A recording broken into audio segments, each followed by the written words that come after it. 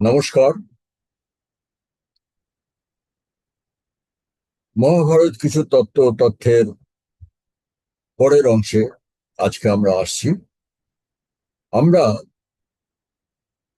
সরসজ্জায় শুয়ে মহামতি ভীষ্ম যে শ্রীকৃষ্ণের স্তুতি করছিলেন, যে স্তুতি দিয়ে আজও বৈদিক সমাজে শ্রীকৃষ্ণের পূজা অর্চনা হয়, সেই স্তুতি পাঠ করছিলাম। তো কোনো রকম ভূমিকা না করে আমরা সরাসরি সেখানেই চলে যাই।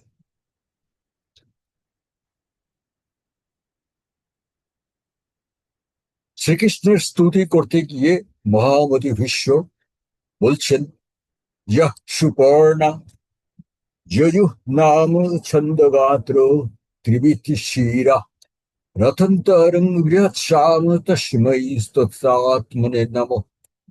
যিনি যজুঃ নামধারী বেদরূপ পুরুষ, গায়ত্রী আদি ছন্দ যার অবয়ব, মানে যার শরীর হচ্ছে গায়ত্রী আদি ছন্দ, ত্রিবেদের ত্রিবিধ যজ্ঞ যার শির, অর্থাৎ ঋক সাম যজু, এই তিন বেদের তিন রকম যজ্ঞ যার মস্তক, রথন্তর ও বৃহৎ নামক সম্বেদ যার বাণী, সেই স্তোত্র স্বরূপকে নমস্কার। খেয়াল রাখবেন, এই যে ত্রিবিধ যজ্ঞ, ত্রিবেদ, সাধারণত কিন্তু আমাদের পুরাণে এবং অন্যান্য উপনিষদে ঋক সাম যজু এই তিনটি বেদ নিয়ে কথা হয়। অথর্ব বেদ ঐতিহাসিকদের মতে এবং পণ্ডিতদের মতে অথর্ব বেদ অনেক পরে রচনা হয়েছিল। অথর্ব বেদের মধ্যে অ্যাকচুয়ালি আপনারা পড়ে দেখবেন পরম ব্রহ্মের পূজা ইত্যাদি বিষয় খুবই কম আছে। তবে একটা জিনিস মনে রাখতে হবে, এই নারায়ণ নামে দেবতার উদ্দেশ্যে একটা সূক্ত কিন্তু অথর্ব বেদের শেষ দিকে আছে। যাই হোক, আমরা পড়ে যাই। যহ সহস্র সমে সত্রে যজ্ঞে বিশ্বসৃজাম ঋষি হিরণ্যপক্ষ শকুনিস্তস্मै হংসাত মনে নম। যিনি সহস্র বৎসর ব্যাপী মহাযজ্ঞের পরে আবির্ভূত হয়েছিলেন, যিনি বিশ্বস্রষ্টাদেরও পূজনীয়, সেই সুবর্ণ পক্ষ হংস স্বরূপকে আমার নমস্কার। পাদাঙ্গং সন্ধি পর্বাণাং সর্বঞ্জন ভূষণম যমাহু অক্ষরং দিব্যং তস্मै বগাত্মনে নমঃ। পদসমূহ যার অঙ্গ, স্বর ব্যঞ্জন বর্ণ যার অলঙ্কার, যিনি স্বয়ং দিব্য অক্ষর, সেই বাক স্বরূপকে নমস্কার। পঙ্গাঙ্গুজ বরাহো বৈ ভূত্তা গামুজ্জহরাহু লোকত্রহিতার্থায় তস্मै বীর্যাত্মনে নমঃ। যিনি যজ্ঞ থেকে উদ্ভূত বরাহ মূর্তি ধারণ করে ত্রিলোকের মঙ্গলার্থে নিমজ্জমান এই পৃথিবীকে উদ্ধার করেছিলেন, সেই বীর্য স্বরূপকে নমস্কার। এখানে বরাহ অবতারের কথা এসেছে। যহ শ্বেত যোগমান্থায় পর্যঙ্কে নাগভূষিতে ফণাসহস্র রচিতে তস্मै নিদ্রাত্মনে নমঃ। যিনি সহস্র ফণাযুক্ত শেষ নাগের শয্যায় যোগ নিদ্রায় শায়িত, সেই যোগ নিদ্রা স্বরূপকে আমার নমস্কার। চৌমরুতস্যৈব রুদ্র আদিত্য অশ্বিনাবপি বসব শুদ্ধ শ্রদ্ধায়স্য তস্मै দেবাত্মনে নমঃ। বিশ্বদেব, মরুতগণ, রুদ্র, আদিত্য, অশ্বিনী কুমারগণ, পশুগণ, সিদ্ধ সাধ্যগণ, এই নানা দেব রূপে তোমাকে নমস্কার। অব্যক্ত বুদ্ধি অহংকার মনোবুদ্ধি ইন্দ্রিয়াণি চ তন্মাত্রাণি বিশেষাস্য তস্मै তত্তাত্মনে নমঃ। অব্যক্ত তত্ত্ব, অহংকার, মন, বুদ্ধি, ইন্দ্রিয়, তন্মাত্র জীবাত্মা, গুণ বৈশিষ্ট্য সমূহ, তত্ত্বস্বরূপ তোমাকে নমস্কার। এখানে উপনিষদ থেকে কথাগুলো এসেছে। উপনিষদটাও একটু পড়ে দেখবেন সময় হলে। এই যে তন্মাত্র জীবাত্মা, এই কথাটা উপনিষদের কথা। তন্মাত্র মানে আমাদের দেহের মধ্যে এই যে জীবাত্মা রয়েছে, তার আকার কিন্তু তন্মাত্র, অর্থাৎ অতি অতি অতি ক্ষুদ্র একটি অংশ। তাই জন্য বলা হয় তন্মাত্র জীবাত্মা। আর আমাদের যে মহৎ তত্ত্ব, অব্যক্ত তত্ত্ব, যেসব তত্ত্ব বলা হয় না, বলা যায় না, অহংকার, এখানে বাংলা শব্দে অহংকার নয়, এখানে সংস্কৃতে অহংকার মানে হচ্ছে অহংবোধ। আমি যে আমি, আমি যে কে, এই বোধটাকে বলা হয়েছে অহংকার। আর মন, বুদ্ধি, ইন্দ্রিয়, তন্মাত্র জীবাত্মা এবং গুণ ও বৈশিষ্ট্য সমূহ। এখানে গুণ মানে কিন্তু বাংলায় গুণ বা কোয়ালিটি নয়, গুণ মানে হচ্ছে এখানে সংস্কৃতে, আপনার বেদে বা উপনিষদে যখনই গুণ শব্দটা পাবেন, এর মানে হচ্ছে কোনো কিছুর বৈশিষ্ট্য, যে বৈশিষ্ট্য দিয়ে তাকে চেনা যায়, জানা যায়, সেটা হচ্ছে তার গুণ। এই গুণ ও বৈশিষ্ট্য সমূহ যে মহৎ তত্ত্ব, সেই তত্ত্ব স্বরূপ শ্রীকৃষ্ণ, তোমাকে নমস্কার। ভূতং ভব্যং ভবিষ্যস্য ভূতাদি প্রভব্যায় জগ্রজ সর্বভূতানাং তস্मै ভূতাত্মনে নমঃ। তুমি ভূত ভবিষ্যৎ বর্তমানের সঞ্চালক মহাকাল। তুমি সৃষ্টি ও প্রলয়ের কারণ, সর্বভূতের অগ্রজ, মানে তুমি সবার চেয়ে বড়, মানে সবার আগে তুমি এসেছো এই বিশ্বে। এই সেই ভূত স্বরূপ তোমাকে, হে শ্রীকৃষ্ণ, তোমাকে আমার নমস্কার।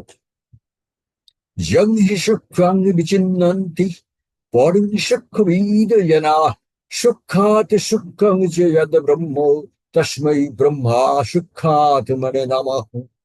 তুমি সূক্ষ্ম তত্ত্ব জ্ঞানী, সূক্ষ্ম তত্ত্বের অনুসন্ধানী, তুমি সূক্ষ্মের চেয়েও সূক্ষ্ম পরম ব্রহ্ম, সেই সূক্ষ্ম স্বরূপ তোমাকে, হে শ্রীকৃষ্ণ, আমার নমস্কার।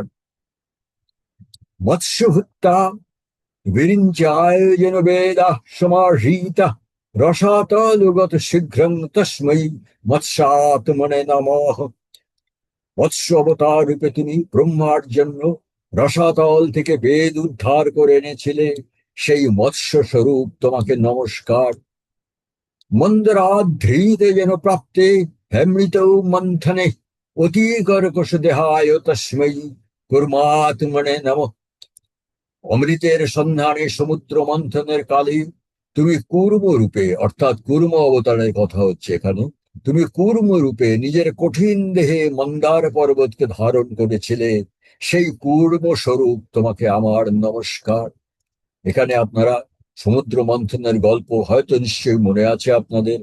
সমুদ্র মন্থন যখন মন্দার পর্বত দিয়ে সমুদ্রকে মন্থন করা হয়েছিল, তখন তো একটা মন্থনের ভূমি চাই, যার রূপে মন্দার পর্বতকে রাখা হবে। তখন বিষ্ণু কুর্ম রূপে অবতার নিয়েছিলেন, মানে কচ্ছপ রূপে অবতার নিয়েছিলেন। সেই কচ্ছপের কঠিন পিঠের উপরে মন্দার পর্বত রেখে সমুদ্র মন্থন করা হয়েছিল। তারপরে আরো বলছেন, বরাহং রূপমস্থায় মহিং শ্রাবণ পর্বতম বুদ্ধরত্যেকদংষ্ট্রেণ তস্मै পুরাত্মনে নমঃ। বরাহ রূপে তুমি একটি দাঁতে দিয়ে সমূহ পর্বত সহ পৃথিবীকে উদ্ধার করেছিলে, সেই বরাহ স্বরূপ তোমাকে নমস্কার। এখানে বরাহ অবতারের কথা এসেছে। তারপরে বামন অবতার কথা আসছে। বামনং রূপমাস্থায় বলিং সংযম্য মায়য়া ত্রৈলোক্যং ক্রান্তবান যস্তু তস্मै ক্রান্তাত্মনে নমঃ। বামন অবতার রূপে তুমি বলিরাজকে সংযত করে ত্রিভুবনকে তিন পাপে পায়ে মেপেছিলে, সেই দূরগত তোমাকে আমার নমস্কার। আপনাদের পুরাণের গল্প হয়তো নিশ্চয়ই শুনেছেন যে বলি রাজা যখন সমস্ত নিয়ম কানুন অতিক্রম করে যাচ্ছিলেন, তখন বামন অবতার রূপে শ্রীবিষ্ণু জন্মগ্রহণ করলেন এবং উনি তার মায়ায় বলিরাজকে সংযত করেছিলেন। তারপরে বামন অবতার বলেছিলেন, আমি আমার পাটা কোথায় রাখি। তখন বামন অবতার তার একটি পা রাখলেন এই ভূমিতে, সেই একটি পায়ে সম্পূর্ণ পৃথিবী ভর্তি হয়ে গেল, আর জায়গা নেই। তখন বামন অবতার বললেন, আর একটা পা তাহলে কোথায় রাখি। তখন আর একটা পা উনি রাখলেন স্বর্গে, তখন সম্পূর্ণ স্বর্গ সেই পায়ে ঢাকা পড়ে গেল। তারপরে উনি বললেন, তাহলে আমি তৃতীয় পাঠ কোথায় রাখি? তখন বলিরাজ বললেন, আপনি আপনার তৃতীয় পা আমার বুকের উপরে রাখুন। তখন তৃতীয় পা সেই বলিরাজের বুকের উপরে রেখে বলিরাজ শেষ হয়ে গেল। এবং সেই জন্যই বলা হয় গল্পে যে বলিরাজের বুকে শ্রী বিষ্ণুর পায়ের ছাপ রয়েছে। যাই হোক, আবার আমরা ভীষ্মের স্তুতিতে ফিরে আসি। রাম দশরথির ভূত্যা কুলস্থ কুল নন্দনম জঘন রাবণং সঙ্গে তস্মৈ ক্ষত্রাত্মনে নমঃ। যিনি দশরথ পুত্র শ্রীরাম রূপে জন্ম নিয়ে কুলস্থ কুলনন্দন রাবণকে যুদ্ধে বধ করেছিলেন, সেই ক্ষত্রিয় স্বরূপ ভগবান শ্রীকৃষ্ণকে আমার নমস্কার। योहली मूषलि श्रीमान नीलांबरधर स्थित रामाय रोहिणेयाय तस्मै भगात्मने नमः। যিনি হল মুষলধারী নীল বস্ত্রে শোভিত রোহিণী পুত্র বলরাম, সেই ভোগ স্বরূপকে আমার নমস্কার। শঙ্খিনে চক্রিণে নিত্যং সঙ্গীনে পিতবাসসে বনমালাধরায় তস্मै কৃষ্ণাত্মনে নমঃ। যিনি সতত শঙ্খ চক্র সঙ্গ ধনুষধারী পীত বসন বনমালায় শোভিত, সেই কৃষ্ণ স্বরূপ তোমাকে আমার নমস্কার। বসুদেব সুত শ্রীমান প্রীত নন্দ গোকুলে কংসস্য নিধনার্থায় তস্मै ক্রীড়াত্মনে নমঃ। যিনি কংসবধের নিমিত্ত বসুদেবের পুত্র হয়ে জন্মগ্রহণ করে নন্দ গোকুলে লীলা খেলায় মত্ত, সেই লীলা স্বরূপকে আমার নমস্কার। वासुदेवत्वमागम्य जदुर्वंशसमुद्भव भूभारहरणं चक्रे तस्मै কৃষ্ণাত্মনে নমঃ। যিনি যদু বংশে জন্মগ্রহণ করে বাসুদেব নামে এই পৃথিবীর পাপের ভাব তার সুদর্শন চক্র দিয়ে নষ্ট করেছিলেন, সেই কৃষ্ণ স্বরূপকে আমার নমস্কার। সারথ্যমর্জুনস্যৌ কুর্বন গীতামৃতং দদৌ লোকত্রয় পরোপকারায় তস্मै ব্রহ্মাত্মনে নমঃ। যিনি অর্জুনের সাক্ষী, অর্জুনের সারথী হয়ে ত্রিলোকের মঙ্গলার্থে গীতায় অমৃত দান করেছিলেন, সেই ব্রহ্মস্বরূপকে আমার নমস্কার। হনিষ্যতি কলৌ প্রাপ্তে ম্লেচ্ছাং ম্লেচ্ছাঙ্গস্তুর্গৌবাহন ধর্ম সংস্থপাকু জস্তু তস্मै কলকাত্মনে নমঃ। এই শ্লোকটা খুব গুরুত্বপূর্ণ, কারণ এখানে কল্কি অবতারের কথা এসছে। যদিও এই স্তুতি যখন ভীষ্ম করছেন তখনও কলিকাল শুরু হয়নি, তখনও দাপর যুগের শেষের দিকে। ভীষ্ম বলছেন, হরিষ্যতি কলৌ প্রাপ্তে ম্লেচ্ছাঙ্গ স্থূরগবাহন ধর্ম সংস্থপস্তু তস্मै কলকাত্মনে নমঃ। কলিযুগের শেষে যে অশ্বারোহী অবতার ম্লেচ্ছদের বিনাশ করে আবার সনাতন ধর্ম স্থাপন করবেন, সেই কল্কি স্বরূপকে আমার নমস্কার। তুরগ বাহন কথাটা রয়েছে এখানে, আমাদের পুরাণে বলেছে কল্কি অবতার আসবেন একটা সাদা ঘোড়ায় চড়ে, শ্বেত অশ্ব চড়ে তিনি আসবেন। তারপরে ভীষ্ম আরো বলে যাচ্ছেন, তারাময় কাল নেমিং হত্যা দানব পুঙ্গবম দদৌ রাজ্যং মহেন্দ্রায় তস্मै মুখ্যাত্মনে নমঃ। যিনি নক্ষত্র লোকের যুদ্ধে দানব পুত্র কাল নেমিকে হত্যা করে দেবরাজ ইন্দ্রকে তার রাজ্যে ফিরিয়ে দিয়েছিলেন, সেই মুখ্য স্বরূপকে আমার নমস্কার। যহ সর্বপ্রাণিনাং দেহে সাক্ষীভূতে স্থিত অক্ষর ক্ষরমণানং তস্मै সাক্ষাৎমনে নমঃ। যিনি সর্বপ্রাণীর দেহে সাক্ষী রূপে বিরাজমান, যিনি ক্ষয়মান শরীরে থেকেও অক্ষয়, সেই সাক্ষী স্বরূপকে নমস্কার। এই কথাটা সোজাসুজি উপনিষদ থেকে এসছে। আমার মনে হয় মহাভারতের মধ্যেও এই কথা এসেছিল। আপনাদের আমি একটু আমার তরফ থেকে ব্যাখ্যা দিয়েছিলাম। উপনিষদে বলেছে যে পরমাত্মা যিনি নিরাকার নির্গুণ, তিনি সাক্ষী স্বরূপ, তিনি আমার দেহের মধ্যে আছেন, কিন্তু তিনি কর্মময় নন, তিনি কোনো কর্ম করে না। পরমাত্মারই আর একটা রূপ হচ্ছে জীবাত্মা, যে কর্মময়, যে আমাকে শরীরকে পরিচালনা করে, যে আমার কর্ম করে। তাহলে পরমাত্মা ওখানে বসে কি করছেন? তিনি সাক্ষী। আমার সারা জীবনের কর্ম অকর্ম দুষ্কর্মের সাক্ষী হচ্ছে পরমাত্মা। তিনি সাক্ষী স্বরূপ, তিনি আমার দেহের মধ্যে আছেন, এবং আমার এই দেহ যখন শেষ হয়ে যাবে, তখন সাক্ষী স্বরূপ পরমাত্মা আমার সারা জীবনের তথ্য বা সংবাদ নিয়ে উনি আবার ঊর্ধ্বলোকে ফিরে যাবেন। আবার সেই সংবাদ সঙ্গে নিয়েই আমাকে হয়তো আবার এই পৃথিবীতেই ফিরে আসতে হবে। তাই বলছেন, যিনি সর্বপ্রাণীর দেহে সাক্ষী রূপে বিরাজমান, সেই সাক্ষী স্বরূপকে আমার নমস্কার। নমস্তুতে মহাদেব, নমস্তে ভক্তবৎসল, সুব্রহ্মণ নমস্তে অস্তু, প্রসিদো পরমেশ্বর। অব্যক্ত ব্যক্ত রূপেণ ব্যক্তং সর্বং তয়া বিভূত। হে মহান দেব, তোমাকে নমস্কার। হে ভক্ত বৎসল, তোমাকে নমস্কার। হে সুব্রহ্মণ্য বিষ্ণু, তোমাকে নমস্কার।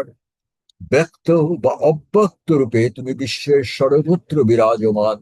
হে পরমেশ্বর, আমার প্রতি তুমি প্রসন্ন হও। এখানে একটা কথা বলতে ভুলে গেলাম। এখানে দেখছেন লেখা আছে অক্ষর ক্ষরমাণায়ন, অর্থাৎ আমার এই ক্ষয়মান শরীরের মধ্যে তুমি আছো, কিন্তু তুমি অক্ষয়।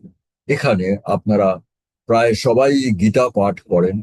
গীতার এই শ্লোকটা হয়তো আপনাদের মনে পড়বে। দ্বিতীয় পর্বের 20 নম্বর শ্লোকের শেষ লাইনটা হচ্ছে ন হন্যতে হন্যমানে শরীরে, অর্থাৎ তিনি আমার এই নশ্বর শরীরের মধ্যেই আছেন, কিন্তু তিনি অবিনশ্বর, তিনি কখনো, তার কোনো বিনাশ নেই। এদিকে ভীষ্ম স্তুতি করে যাচ্ছেন নারায়ণং সহস্রাক্ষম সর্বলোক মহেশ্বরম হিরণ্যাভং যজ্ঞাঙ্গমৃতং বিশ্বতো মুখম প্রপদ্যে পুণ্ডরিকাক্ষং প্রপদ্যে পুরুষোত্তমম। হে সহস্র নেত্রধারী নারায়ণ, সর্বলোকের মহান ঈশ্বর, বিশ্বে হিরণ্যময় কেন্দ্র, যজ্ঞাঙ্গ ও অমৃত স্বরূপ, সর্বদিশায় তোমার মুখমণ্ডল। হে পুণ্ডরীকাক্ষ, হে পুরুষোত্তম, আমাকে আজকে একবার আশ্রয় দাও, তোমার চরণে আমাকে আশ্রয় দাও। সর্বদা সর্বকার্যেষু নাস্তি তেষাং মঙ্গলম, যেষাং হরিস্থ দেবেশ মঙ্গলায়তন হরি। মঙ্গলং ভগবান বিষ্ণুর মঙ্গলং মধুসূদন, মঙ্গলং পুণ্ডরিকাক্ষ, মঙ্গলং গরুড়ধ্বজ। যিনি সর্বদা হৃদয়ের মঙ্গলময় শ্রীহরির উপাসনা করে, তার কোনো কর্মেই অনিষ্ট হয় না। আর তিনি, যাকে আমি উপাসনা করছি, তিনি মঙ্গলময় বিষ্ণু, তিনি মঙ্গলময় মধুসূদন, তিনি মঙ্গলময় পুণ্ডরীকাক্ষ, তিনি মঙ্গলময় গরুড়ধ্বজ শ্রীকৃষ্ণ। আপনারা নিশ্চয়ই মনে আছে শ্রীকৃষ্ণের যে রথের ধ্বজা, সেখানে গরুর পক্ষীর প্রতীক আঁকা থাকে। যস্ত নৌতি শতাং শ্বেতুমৃতনামৃতজনীনা ধর্মার্থ ব্যবহারাঙ্গস্তস্मै সত্যাত্মনে নমঃ। যিনি ইন্দ্রিয় জয়, মোক্ষ লাভ এবং বেদোক্ত উপায় দ্বারা সনাতন যোগ ধর্মকে উদ্ধার ও বিস্তার করেছেন, সেই সত্য স্বরূপকে আমার নমস্কার। যং পৃথক ধর্মচারণা পৃথক ধর্ম ফলৈষীণঃ পৃথক ধর্মৈ সমর্চন্তি তস্मै ধর্মাত্মনে নমঃ। বিভিন্ন ধর্মাচরণ প্রথায় বিশ্বাসী, বিভিন্ন কর্মফলে বিশ্বাসী, সবাই যে সেই একই সত্তাকে উপাসনা করে, সেই ধর্মস্বরূপ সত্তাকে আমার নমস্কার। এই শ্লোকটাও খুব মনে রাখার মতো। ব্যাসদেব এখানে কিন্তু উল্লেখ করে গেছেন যে বিভিন্ন ধর্মাচরণ প্রথায় বিশ্বাসী। অর্থাৎ ব্যাসদেব জানতেন, এবং এটা সত্যি, যে এই মানব ইতিহাসে পৃথিবীর বিভিন্ন জায়গায় বিভিন্ন মানব জাতির যখন উদ্ভব হয়েছে, তখন বিভিন্ন দর্শন, বিভিন্ন ধর্মাচরণ প্রথা প্রবর্তন হয়েছে, এবং বিভিন্ন জায়গায় তাদের দর্শনে দেখা যায় তাদের যে কর্মফল আশা করে তারা তাদের ঈশ্বরের উপাসনা করেছে, সেই কর্মফলের মধ্যেও কিছু পৃথক পৃথক আছে। কিন্তু ব্যাসদেব বলেছেন, পৃথক ধর্মই সমর্চন্তি, পৃথক ধর্মাচরণ হলেও সবাই সেই একই সত্তাকে, পরম সত্তাকে উপাসনা করে। সেই ধর্মস্বরূপকে আমার নমস্কার। অর্থাৎ ব্যাসদেব বলছেন, পৃথিবীর যে কোনো প্রান্তে যেসব আদিম ধর্ম সৃষ্টি হয়েছিল, আদিম ধর্ম মানে ধর্মাদর্শ বা দর্শন সৃষ্টি হয়েছিল, সবাই কিন্তু ভালো করে সেই দর্শন পর্যালোচনা করলে দেখা যায় সব দর্শনেই কিন্তু উপাসনা যাকে করা হচ্ছে তারা সবাই সেই পরম স্রষ্টাকে উপাসনা করছে, অন্য কাউকে নয়। এই জন্য এই শ্লোকটা আমার কাছে মনে হয়, ব্যাসদেবের এই শ্লোকটা খুবই গুরুত্বপূর্ণ। যাই হোক, আজকে আবার এই পর্যন্তই করে রাখবো। এর পরের দিন আমরা এর পরের অংশে আসব। কারণ যেটা বলেছি, এই আমাদের ব্যাস এই এটা এই যে আহ, বিশ্বের যে কৃষ্ণ মন্ত্র, এটা এত বড়, এটা একদিনে বা দুদিনেও, একবারে বা দুবারেও শেষ করা যায় না। এটা পুরোটা শেষ করতে প্রায় ঘন্টা দুই আড়াই সময় লাগে। যাই হোক, আজকে এখানেই শেষ করি। আপনাদের আবার নমস্কার। আবার এর পরের অংশে আপনাদের দেখা হবে। ভালো থাকবেন।